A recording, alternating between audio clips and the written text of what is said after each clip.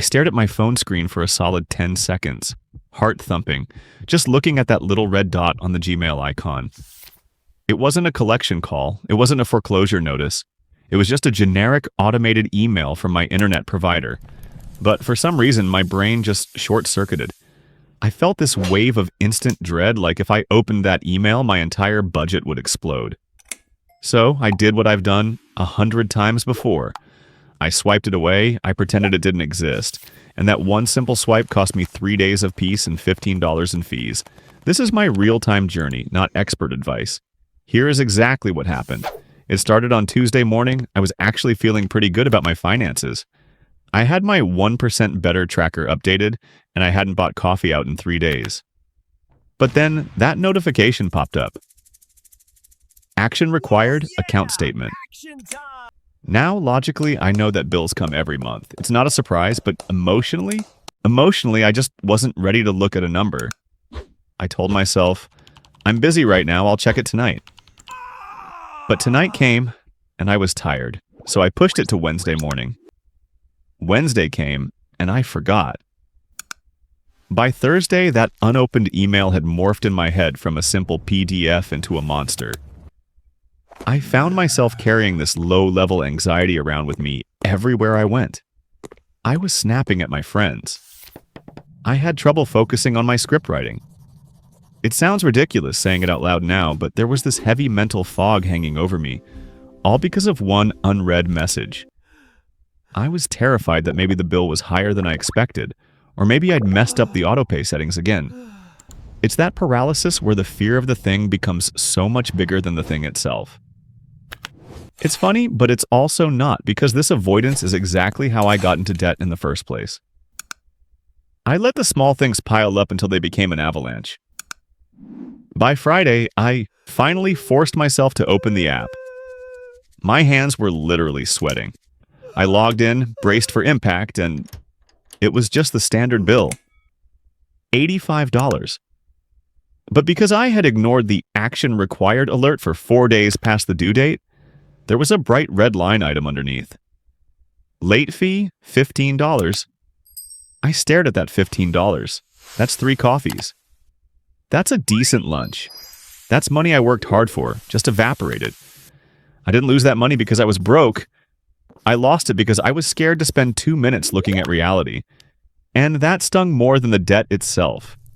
That $15 fee sat in my stomach like a rock all Friday night. It wasn't just the money, it was the stupidity of it. I had paid a stupidity tax just because I refused to click a button. I woke up Saturday morning determined to stop lying to myself about how busy I was. I've read about the 2-minute rule in Atomic Habits. The idea that if a task takes less than 2 minutes, you should do it immediately. I've nodded along to it in the book, highlighted the page, and then completely ignored it in real life. But seeing that red negative number on my bank statement flipped a switch. I decided to run an experiment. I wanted to know scientifically exactly how much time I was actually saving by procrastinating. I sat down at my desk, which was a mess, by the way, and unlocked my phone. I pulled up the stopwatch app. I made a list of 3 financial to-dos that I had been putting off for weeks. These were tasks that, in my head, felt like climbing Mount Everest. First up, calling to cancel that unused streaming subscription. I've been paying $11.99 a month for this service for 4 months without watching a single show. Why? Because I convinced myself that canceling would be a nightmare, that I'd have to navigate 10 different "Are you sure" to screens or talk to a retention agent. I hit start on the stopwatch. I logged in. I clicked account. I clicked cancel. Membership. I confirmed it. I hit stop. 1 minute and 18 seconds. I stared at the timer. I had spent roughly $48 over the last 4 months, solely because I didn't want to spend 78 seconds clicking a mouse. Next up, organizing my digital receipts for the month. My desktop was a graveyard of PDFs named scan_001 and receipt_final. Every time I looked at my desktop, I felt a spike of cortisol. I thought this would take at least half an hour. I reset the stopwatch. I created a folder called January Expenses. I dragged the files in. I renamed the 3 big ones. 56 seconds, less than a minute. I hadn't even finished my coffee. The final boss, updating my debt thermometer spreadsheet. This is the big one. This is the one I avoid most because it forces me to see the total number. I usually build this up in my head as a whole afternoon event. I need the right music, the right mindset. But this time, I just opened the sheet. I logged into my credit card portal, checked the balance, typed it into cell B4, and hit enter. 2 minutes and 12 seconds. Okay, slightly over 2 minutes, but only because I mistyped my password the first time. I sat back and looked at the total time on the stopwatch app. The grand total for all 3 tasks. Tasks that had been haunting the back of my mind for weeks. Tasks that had caused me legitimate stress and cost me actual money was 4 minutes and 26 seconds. I felt a mix of relief and absolute ridiculousness. I had spent days carrying the mental weight of these tasks. I had let them drain my energy. I had let them ruin my mood. And in reality, they took less time than a commercial break. It hit me then that my anxiety isn't about time. It's about friction. I build up this mental wall where every financial task feels like a punishment. I treat looking at my bank account like I'm walking into a dentist's office for a root canal. But the data, the real numbers on that stopwatch, proved that I'm making it up. The monster under the bed is just a pile of dust bunnies. I looked at my spreadsheet again. The debt number was still there. It hadn't magically disappeared, but the shame around it, that felt a little lighter. Because now I knew that managing it didn't require heroic effort. It just required 2 minutes. The biggest realization I had staring at that stopwatch wasn't about the money. Sure, saving that $11.99 a month is great, and avoiding future late fees is a definite win. But the real 1% better moment was the feeling in my chest.